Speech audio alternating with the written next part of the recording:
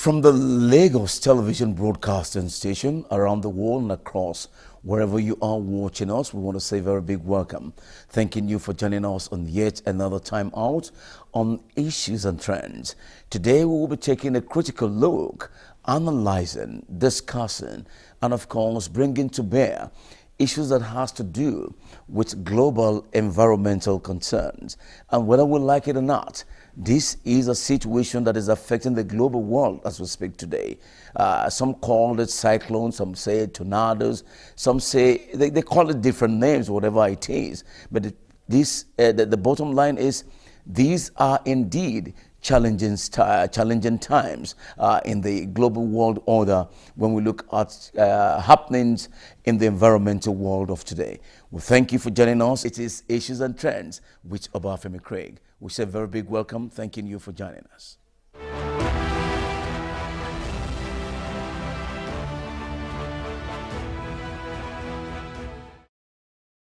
All right, welcome back and thanks for staying with us. Again, it's still Issues and Trends, where we're reaching you from the broadcasting station of Lagos Television across the world and wherever you are watching us today. Thanking you for being part of our discourse today. My guest today is a distinguished personality. She is, by her reckoning and her profiling, an environmentalist and urban planner who teaches environmental management at the Leeds City University in Ibadan, Nigeria. She completed her PhD in the Department of Geography and Planning Science, University of Ado-Ekiti, Nigeria in 2010. Her research areas include environmental planning and management, climate adaptation, and of course, regional and community development with special interest in water resources and gender issues. She is a registered member of the Town Planners Registration Council of Nigeria, TOPREC. She's also a member of the Nigerian Institute of Town Planners and, of course, Nigeria Gender and Water Alliance member association in the Netherlands. It's a great honor to have as my guest today, Professor Grace Olukoyi. We say a very big welcome. Thanking you, Ma, for being my guest here today. A very delightful event to be part of Issues and Trends today. All right, let's start one-on-one with you. Let's start with a quote of Christiana Mampo, one of the international correspondents of CNN. You can just look at me so that let's just ignore that. Let's just face each other. She said something that today we live in unpredictable times when no one in whatever status, whether as a professional, whether as anybody that you are, whatever the status, no one can readily predict the challenging times of today when we look at the global challenge of climate crisis. Prof, what do you say to that? Thank you very much, Mr. Craig. We live in a time that we have so many uncertainties. The happenings around us in terms of the tempo, the frequencies, the severity of those happenings are telling us that we live in perilous times. We live in times of uncertainties. Science, technology, and predictions, our simulations in our laboratory, projections we are making, are showing us something unlikely to happen. But the trends of these happenings is getting overwhelming. And it seems as the if trends of this happening is getting overwhelming. So it concerns you. It concerns It bothers us. you. Yes. As stakeholders, Yes. as professionals. Yes. So where are we going from here? it then means that business as usual will not help us. It means that what we have learned before now, this is the time to unlearn, to relearn, and to learn again. Unlearn, Yes. relearn, and learn. learn.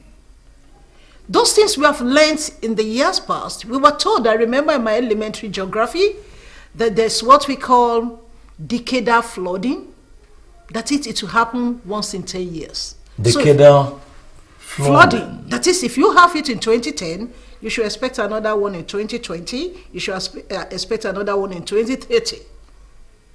But today, we are having annual flooding.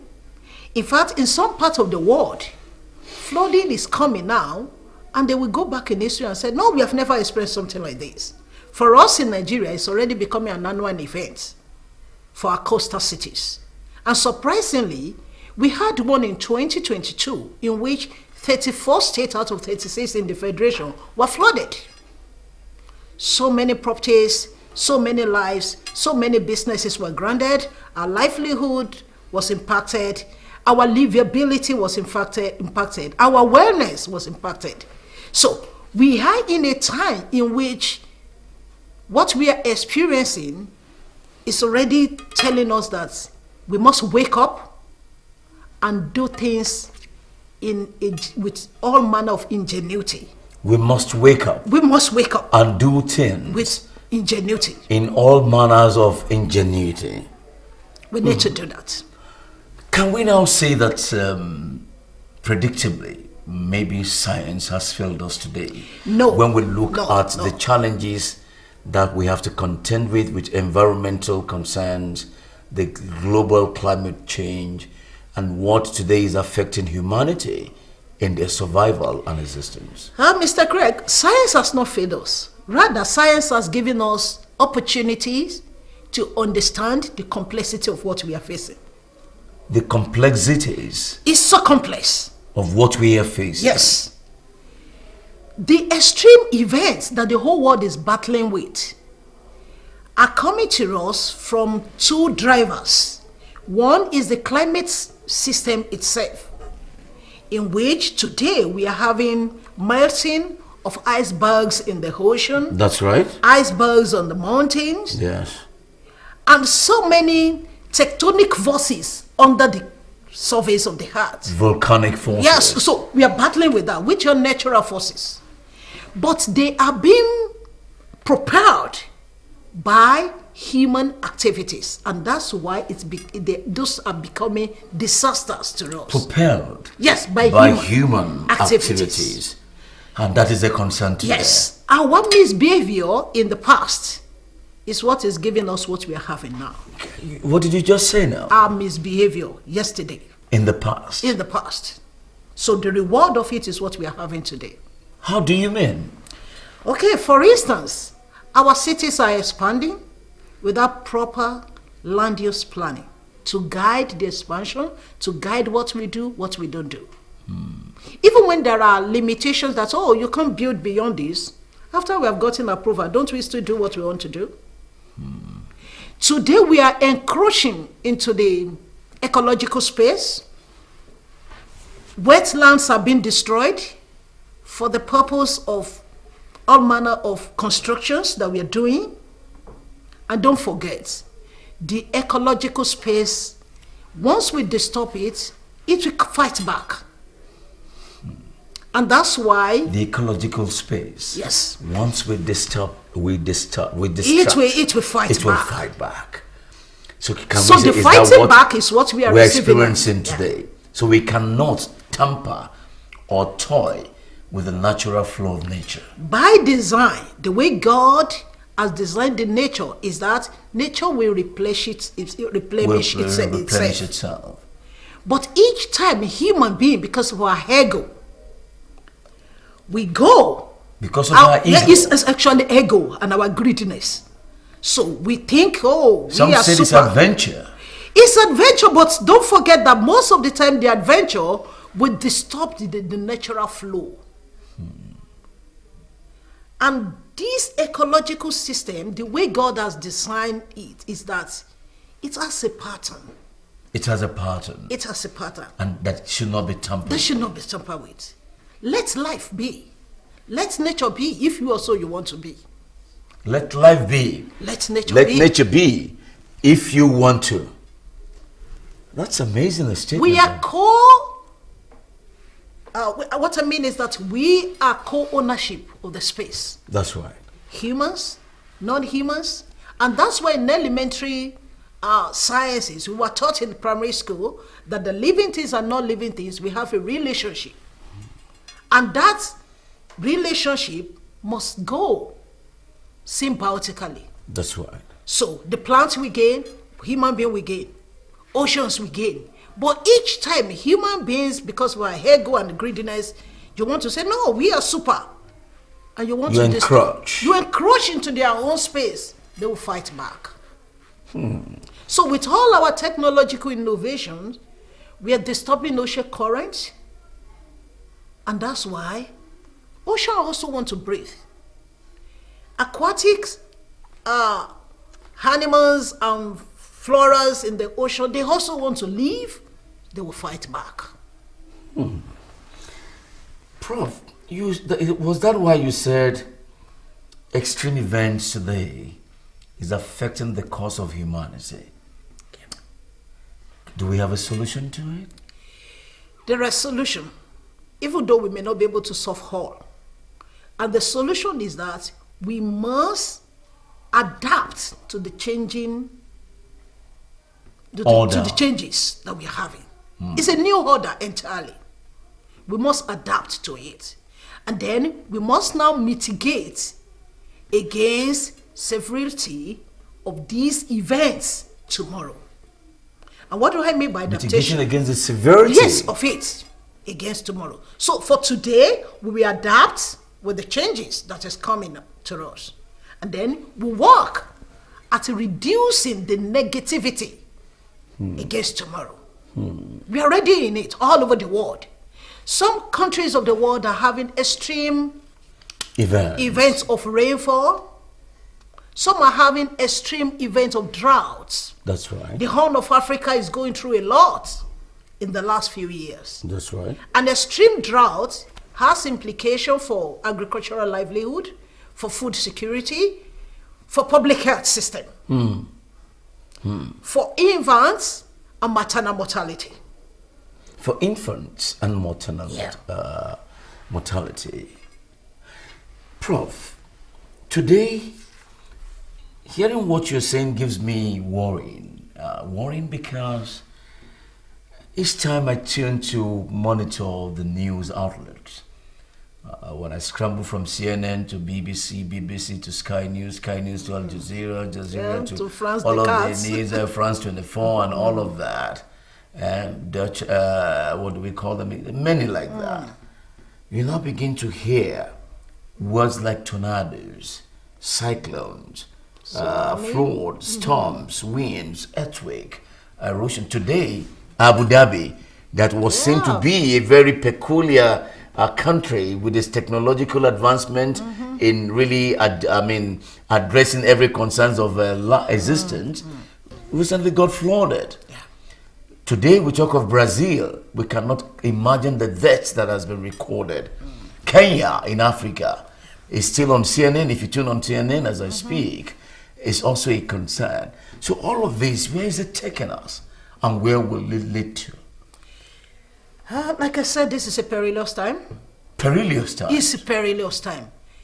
In fact, from spiritualism, we will continue to experience unthinkable. From spiritualism, Unthinkable. we begin to experience unthinkable. Things we cannot think of it. Things we cannot imagine. Before now, UAE was able to harness technology to harvest water and to divert it into tourism industry, and so many fantastic things were done. Scientifically, technologically, it was so superb to make a statement of human advancement. Yeah. But the flooding came to show us that in all our simulations when they were doing the project, there are certain things we didn't take care of. That's just what just happened. Take care of, like? For instance, when they were measuring that, okay, we can go to this extent, into the ocean, we can build this. You know, there are so many suspended tourist sites Absolutely. in UAE. That's right. That you don't need to go and land your flight in any airport. You just come straight to the 7-star hotel. Right? You're just there. Those fantastic projects. But in all the simulation, did they ever consider influx of population? Point number one. Because as you are having more people in any space, the issue of survivor will become a problem. Because there will be a pressure on the existing infrastructure. utilities. That's right. And then waste that is being generated by the influx of population, there's now a challenge of how do you manage that waste. And the ecological footprint will also be affected. That's correct. So all these will have impact on whatever they have done before now. So you take Nigeria for example. We are giving birth and our population is increasing day in, day out. But the land space in Nigeria has not increased. It has not. So we are still having what we have. But as we are having more population in the country, plus the bad governance system, pollution everywhere, it means Abuse that of the environment. So it means that even the available resources we thought we have is actually diminishing. It's not enough for the population we are bringing into life. So we cannot in any way We mitigate cannot in any way these mitigate. challenges of what we are contending with. Yeah. So in dealing with this situation, even though science is helping us to give us projection that this is likely to happen. Predictions as well. Yeah. In the last 2-3 weeks, NIMET has been doing a fantastic job in Nigeria, giving us projection that, okay, so state, you will experience this type of abundance of rain. So state, you will have drought. That's good. We are having information, but what are we doing with the information? We are helpless because before now, we have never have a plan on how do we cope.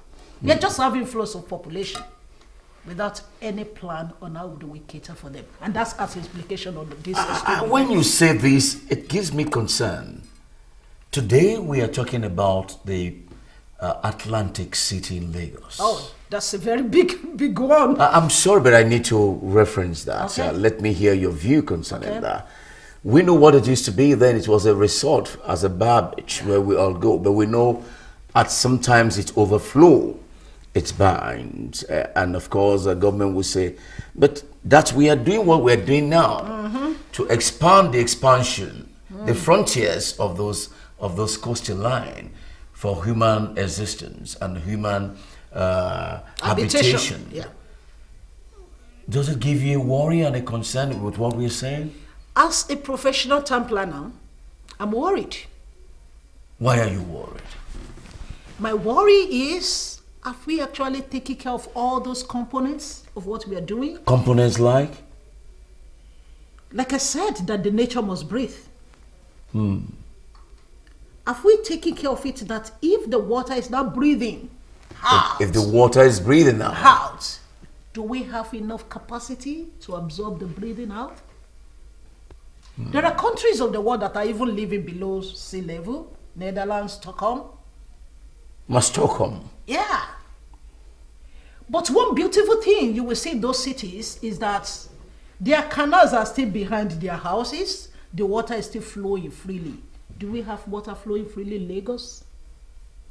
We have blocked all the drainages with debies. Building, even on Waste the parks. from our homes, waste from industries have blocked those drainages. So the water cannot even flow to go straight into the lagoon.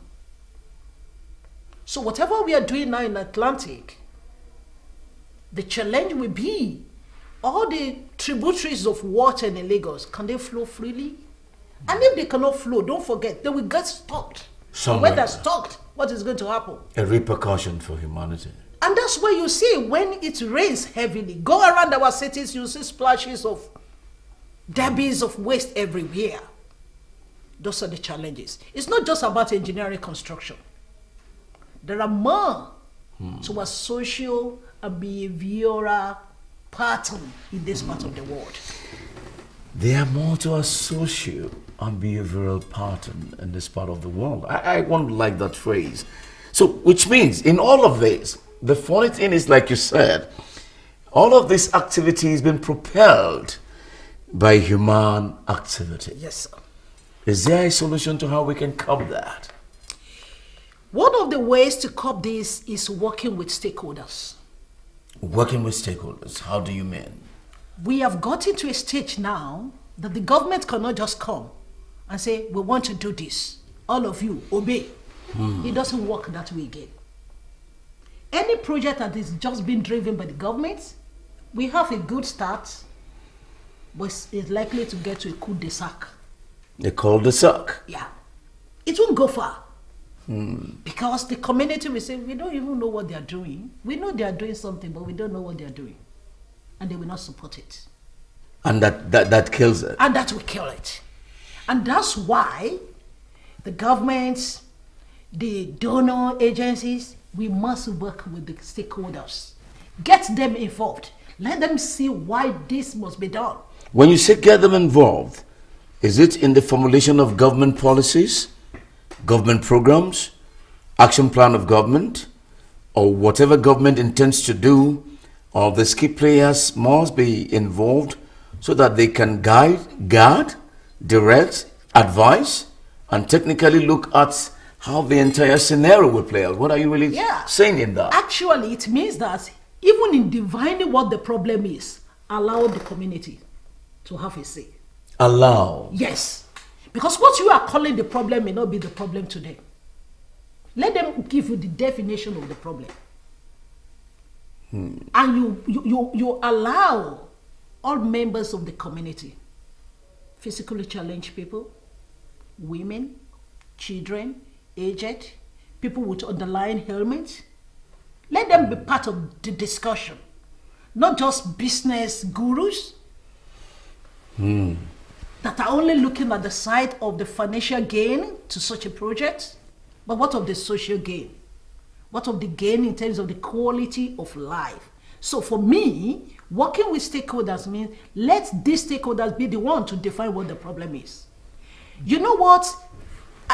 Over a decade now in Oyo State, the state government started a fantastic project. They call it beautification of the street. It was so beautiful. And they were doing so many planting of trees, watering of so many things. And at that time, I have so many community projects in the core areas of Ibadan. And I was praising the government and that, the state government is already doing this. And some elderly people told me, and they put it in Yoruba, I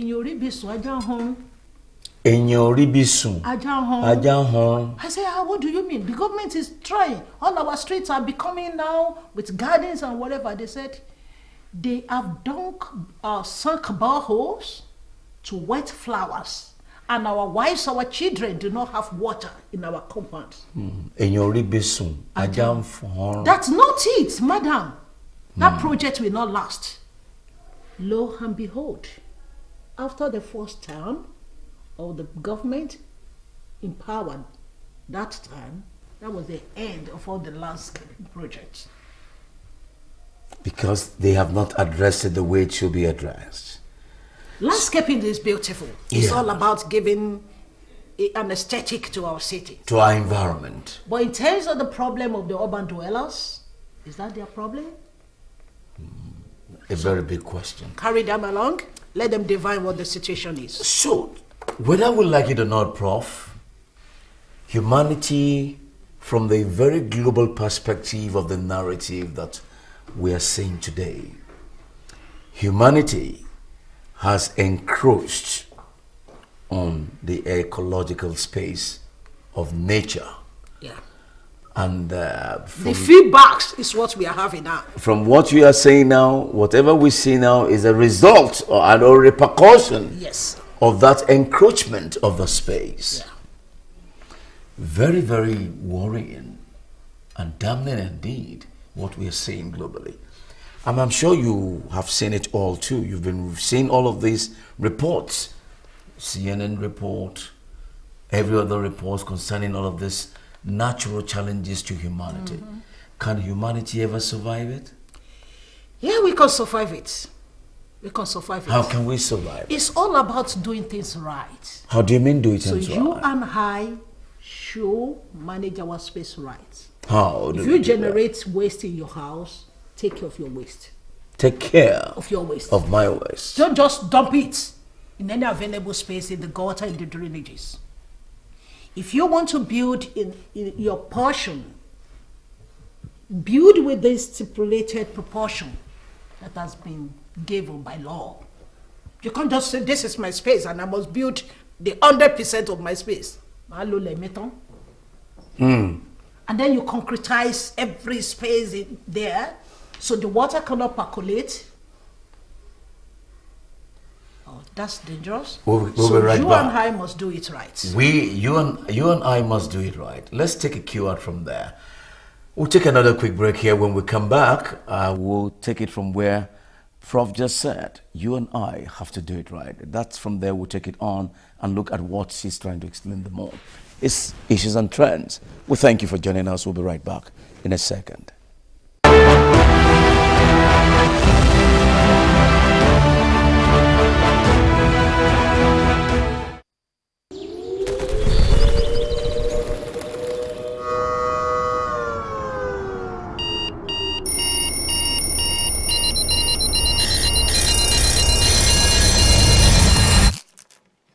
Eight years left to end poverty and hunger, to halve global emissions. It didn't start out as planned. We're not moving in the right direction. Years of progress lost in the pandemic. Escalating conflicts, climate breakdown. So where are we now? For decades, we successfully fought poverty. Now it's on the rise, again. 1 out of 10 suffer from hunger, more people than ever forced out of their homes. Climate disasters increasing. Droughts alone estimated to displace 700 million people by 2030. This year, CO2 emissions hit a new record. At this rate, annual emissions will be 14% higher in 2030. Meanwhile, fossil energy receives $700 billion in subsidies from governments. Your government. Safe water and sanitation not made accessible fast enough. Progress must quadruple to cover all people by 2030. Women are held back at all levels. At this pace, by 2030, 825 million children won't have secondary level education. Human rights, health, and equality all hurt in the wake of war and disaster. Disrupted economies, food and energy crisis, and galloping costs of living damage global solidarity. Everything interconnected. Everyone intertwined.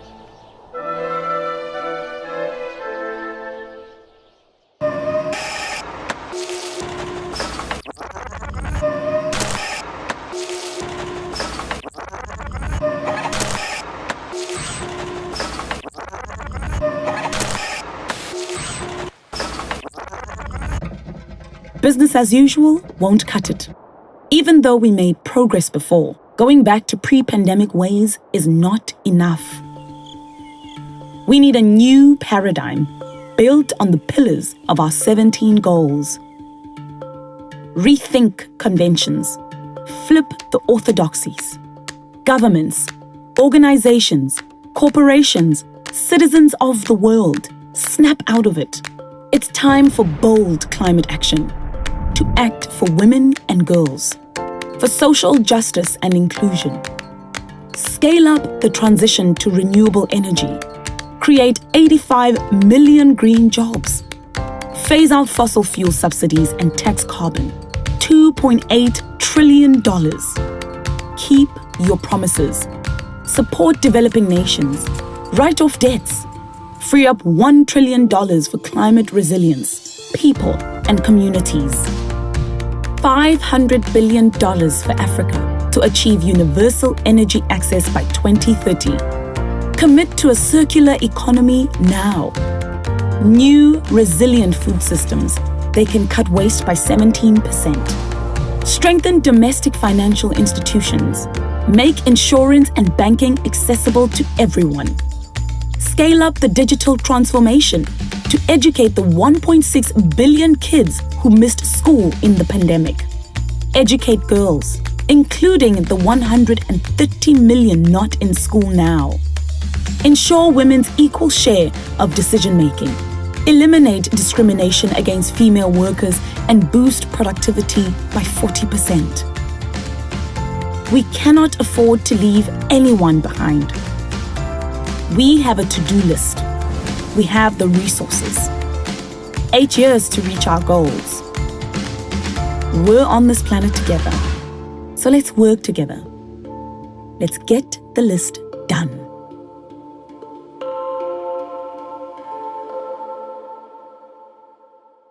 It is the second day of the 10th Lagos International Climate Change Summit with the theme Accelerating Climate Finance and Championing Local Adaptation Initiatives. With this theme, the Lagos State Government and other stakeholders are seeking ways to close gaps in climate financing to bring about sustainable transformation in the quest for a livable environment. The Climate Policy Initiative estimates that about $2.8 trillion will be needed between 2020 and 2030 for Africa to achieve its global warming prevention targets. Climate financing has become a major topic of discussions in climate adaptation and resilience efforts.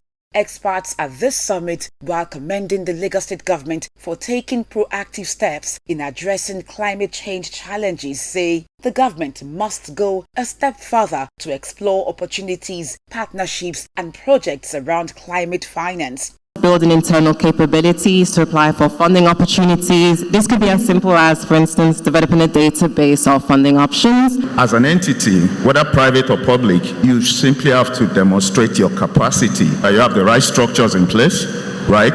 And you have the capacity to put together bankable transactions. As valuable contributors to climate action and agents of change, youths are challenged to scale up their efforts and use their innovation to accelerate climate action using available climate funds. A lot of funding that are out there that young people can access to be able to drive your innovation to that level that you really want it. So innovation exists in whatever we do. Climate change exists in our day-to-day activity.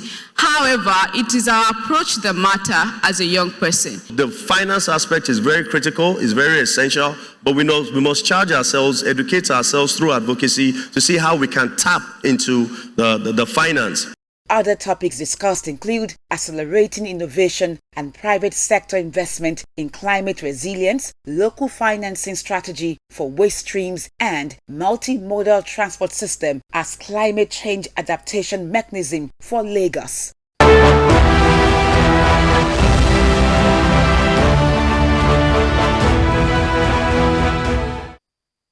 All right, welcome back. If you're just joining us, it's Issues on Trends.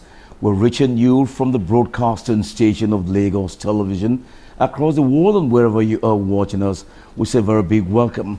Well, my guest still is Professor Grace Olukoyi.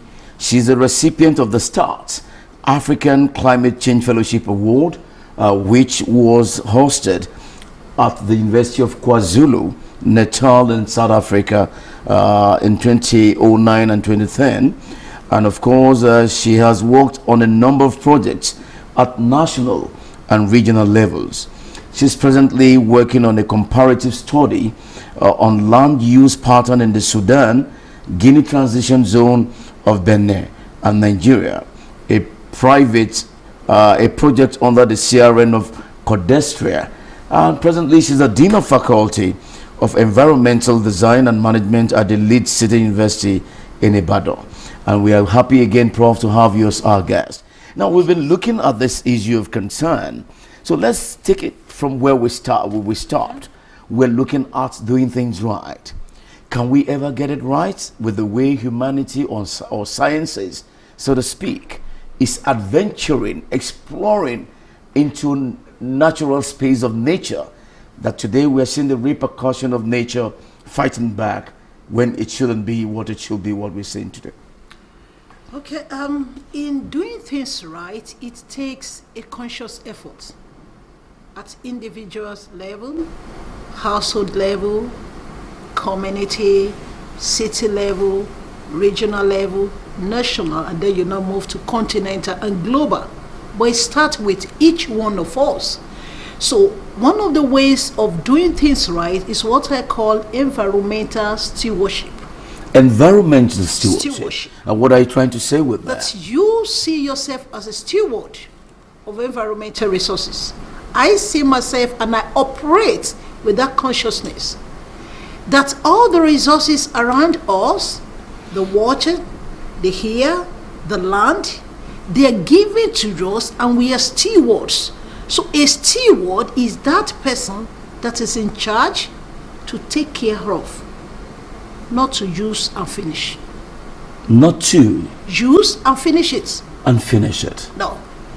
Rather to nurture, to take care of that resource so that the resource can keep on serving you also. Someone was telling me and critically challenging me that, Mr. Craig, can we challenge science in what they do? If science today can make some predictions, can forecast to determine what will come or what will not come, preparing our minds for the preparation of what we is unexpected to see, but yet someone said that we don't listen to what science is saying, that science cannot be blamed for what we're doing, but rather humanity, we should be blamed because we don't listen to science. Is that correct, a thing to say? Yeah, that's very correct. Science is here to just help us to put available knowledge together in a concrete term and to present it to us that this is what is happening and this is what it means and this is the implication. That's what science is just doing. However, it is for us as humanities to absorb that knowledge base and make use of it, internalize it and use it. Each time we fail to use that knowledge, it doesn't turn to anything.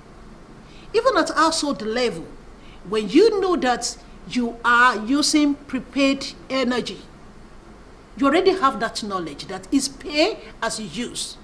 So you internalize it when you now know that when you are not available in your house, your bulb should not be on. Because you know that will increase the amount of energy usage, you consume, and that will also imply the amount of money you pay at the end of the day. So you internalize it and you use it at your household level. So when you are not in the house, you are in the office, the bulb in your house is not on. The television is not on. That's the way it is to every issues of our life.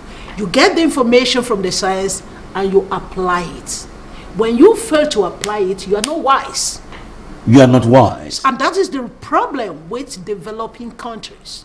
We have so many information at our disposal, but we don't make use of such. So, more often, we make policies that are not based on evidences, that are not supported by realities that we're going through. Our contexts are so different. So even a climate change adaptation plan, mitigation against extreme weather events, food security plan, as a country we have so many beautiful policy documents, but I'm afraid they are not contextualized. Contextualized? Yes. How do you mean when they are not contextualized? Reflecting the realities of our space. If you copy a document that is working in the United Kingdom and you bring it here, why is it not working here?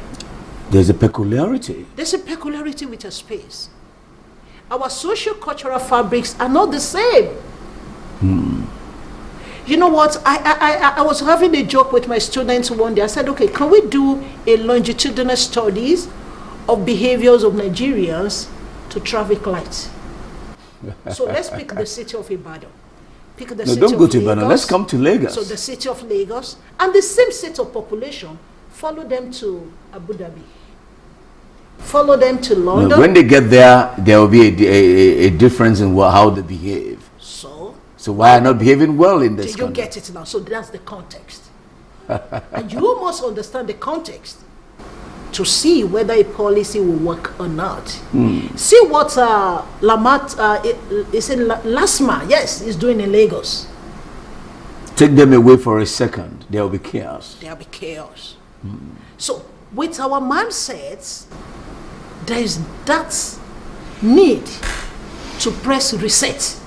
Reset. So when we have reset in our perspective to the way we relate to the environment, the way we handle government policies on environmental issues, things will be normal. But you know, as we are in this part of the world, we have a way, government have said their own, wait till we do our own now. And most of the time, there are no consequences. No consequences. Oh. Because if there were consequences, what would have happened if there were consequences? We'll be cautioned. We'll be cautioned. Really? We'll be cautioned. In those countries where, when you misbehave, institutions are in place. Systemic structures are in place to take care of your misbehavior. If you are not educated and you misbehave, you go against the law, the ethics of the land, you know prison is there. But here, there's a way we dodge. You maneuver it. You dodge the consequences and then we still move on as if nothing has happened. But someone said, well, if science had not explored the adventure or the adventurism into the natural space, maybe you won't be sitting here talking to me. Oh, we will still be in the Stone Age. What did you just say? We'll still be in the Stone Age. Meaning that it was good that science did the exploration. Yeah, the exploration has brought advancements.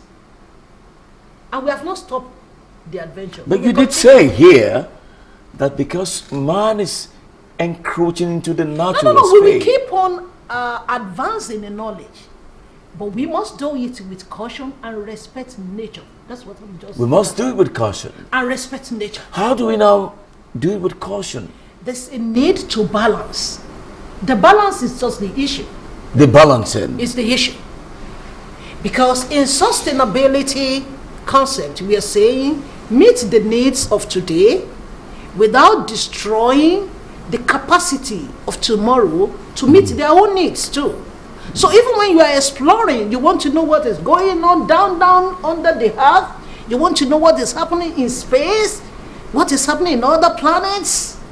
As you are doing all that, don't forget, you are exploring for today, and don't forget, generation unborn will still live on this planet Earth. Now, someone said to me, Prof, that in Nigeria today, and I'm happy you are a woman who lived in the village, who understands the naturality of life in the village life. But thank God for who you are today to say that, look, you belong to that climb where people can say, oh, so this can be a feat achieved. To God be the glory. But someone said to us that today as we speak, in Nigeria today, we cannot predict the unpredictable times of how nature will fight. But from NIMETS, there are reports, as given to me by my deaconess, my producer, that the expectation of what we will expect to see unexpectedly, let me use that again, with what we will see, will be unimaginable to think with the rainfall that we'll experience in the southwest. So she told me. And I was like, I'm going to put that question to you. And I'm doing that now. What can we do to salvage this situation of that forecast by NIMET? Thank you, Mr. Craig. I'm presently coordinating a project, a Pan-Africa project. It is interdisciplinary, and we're looking at interdisciplinary. Okay. Across Africa, 16 institutions across Africa. In Nigeria, 3 institutions are working together: Lee City University, University of Lagos, and the Nigerian Institute for Social and Economic Research. That's NISA. NISA, that's right. We are working together to look at extreme events and how are the margins coping. And how are the margins? The margins coping. Yes, the vulnerables. The people that do not have voices, how are they coping? NIMET is doing a fantastic job to tell us that this is about to happen. But when you look at it, for Lagos as a city now, when we have that abundant rain, do we have capacity to harvest it? The capacity to harvest it. So many countries of the world are already doing that. Malaysia is doing that. They will just harvest that abundant rain, and then they will transfer it to their own deserts. So Lagos and all the mangrove and the rainforest, you are having abundance of rain, just keep harvesting them. And then the way you are transporting crude oil from Niger Delta to refinery in Kaduna, that's the same way that water will now be transferred from Lagos, from Calabar, from Port Harcourt, and it will go to. From your findings, do we have such technology to do that We are today? yet to do that in Nigeria. So But there are it's- countries of the world that are already doing Which that. means it's a waste when we have such experience. Oh, the water will just come. Those that will drown, will drown. Those that will be flooded, those that will lose their buildings, their whatever, and then we shout. And our governors, they are so good, they will give us palliative. And after that, we wait for another one to come next year. But Prof, someone said to me that people like you, professionals like you, are also not helping matters. And I said, how do you mean? And she said to me, where professionals like you are speaking out, you stand out as the voice of the voiceless. You shouted loud to government to listen. Maybe we won't be where we are today. Do you agree with that? Yeah, that's very much correct. Most of the time, we are speaking it at a very low tone.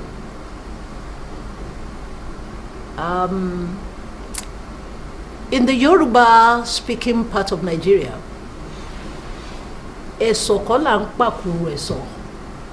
when something is biting you, and you're just doing like this, it's not something that thing is beating you. It's painful. So if it is painful, you will do this slapping and people will hear that something is wrong. So for people in advocacy, professional bodies, activists, we need to shout more. And the margins themselves, they need to shout more. The media, you need to help us to shout more. Let's show the realities to people in government so that they can see. For me, most of the time, they don't see. Mr. Craig, I hope you know that once they're in government, that this power fever, that will not allow them to see what exactly the realities are. But you are out there as professionals. So we will keep to on guide shouting. this. When we keep on guiding, we will keep, but they must give us that platforms. Enough of just cut and paste policy that are not rooted to the communities. At the federal level, we can have a fantastic national policy about an issue. That's beautiful. But don't forget, the implementation must be by local actions. And so it was The implementation must be It's by local by action. local actions. So whatever decision or policy in Abuja, it must come to Lagos State. Somebody in Lasamaja, Ikotun Egbe, Okoko Michael, they must feel it. Until they feel it, nothing is happening. It's just a white paper. Until they feel it. Until they feel it. Look, if it happens in Kenya that we are looking at today, I think from the estimated deaths that was recorded, I think it's about 59. And Larry What they counted. Madawa was what they counted. It's still giving an update on that because I'm following that. I was like, if it is Kenya today, which is can be Nigeria tomorrow? Because let's look at it from the African perspective. So my concern now, Prof, is this. It would be a shame and a disappointment when we have the class of people like you as professionals who should guide, counsel government to say, look, let us listen to wisdom and be able to do what is right. Emergencies, you cannot predict. And we know we don't have the world with us still, much as we would have what we have. But there are some emergencies that is beyond what we have. We can manage it. So for you, what efforts are you doing as professionals across your respective borders Okay. to help salvage the situation Okay. of the natural crisis? Yeah. One of what I do is what I'm doing now. Media engagement. And I must appreciate you and Lagos Television for this opportunity. This is critical. In my classroom, in my research outfits, I have limited space. But you engaging me now, this will go into places I cannot go. So media engagement is one critical area. Another one is the community and stakeholder engagement, in which we bring people together, different professional bodies, community people, the media, people in the academia, people in research and think tanks of the Federation. where we engage ourselves to talk about the issue. When we do that, and as we do it, we are gaining more ground. Also, an area that I'm looking forward for Nigeria to really, really work on is this policy engagements. Most of the time when we have summits, academic or research conferences, at the opening ceremonies, we have all our policymakers there. But immediately after opening ceremony, they are gone. So the real technical sessions where we are giving They are not there out, to listen. when we are giving out the way out, They are not there to listen. When we are presenting the result from our empirical studies, they are not there. And you know they are very busy people. So you write a report and you give it to them. Where will Mr. Governor get the time to read that long essay? Even though presently we are working on non-technical reports, give them charts, give them maps. That To they can understand the nitty-gritty. Give them the video and the audio where they can see The reality. a pregnant woman drawn in Ajegule. And they can see somebody in Etiosa local government that is dragging 3 children to cross and is being trapped. When the governor sees that, you say, what? You made something like this is happening in my state? The real. So we are trying to do that now. For proactive measures. Yes, enough of voluminous documentation. reports, because they don't have the time to read that. They are too busy. Prof, I must thank you very much for this time to have you as our guest. You've been such a very resourceful guest on this program Thank today. you so much for we the cannot thank opportunity. you enough, but we won't let you go, Prof, without you leaving us with a parting words. That's your camera. What message would you want to leave us with as you take your leave? Lagosians, Nigerians, and all humanities on the service of the heart, we must do things right. Honor natural, environmental resources, and you will be honored, and you will live long. You will live in wellness, and you will prosper therein. But each time we work against the nature, we disturb the nature by our arrogancy, by our greediness, we will pay for it. That's the reality. Thank you very much for having me. Prof, we say very big welcome and a very big thank you for the honor of having you on the program today. It's a pleasure. Thank you so very much. Well, viewers at home, it's just what it is like again today on Issues and Trends, where we'll take a critical look, analyzing trends the way they are. And if we must get things right, I've played my part by ensuring that we have them come to talk about all of these concerns. And like every other claims, we hope those in authority will listen, and not just listen, but let us act. Someone will always say, when you say something, you say something, and you please do something. We thank you for today. We'll see you again tomorrow. Please join us on our social media handles, and please let's have your feedback on what we say, what we're doing, and together we'll make the best of what we're saying. See you again next week.